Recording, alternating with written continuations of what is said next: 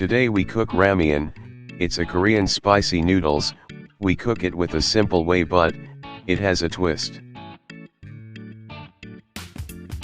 We need carrots, crab sticks, onion leeks, and egg.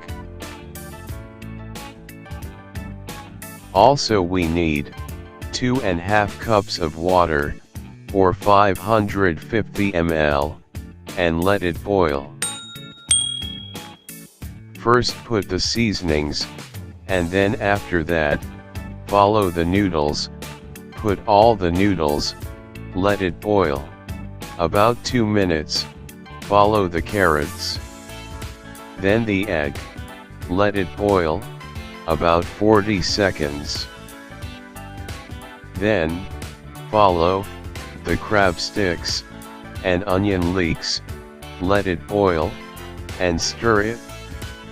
After 5 minutes, you can now serve your favorite and delicious noodles.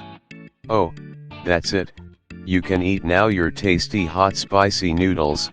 That's the ramyun recipe that I cook. Very simple and easy to cook.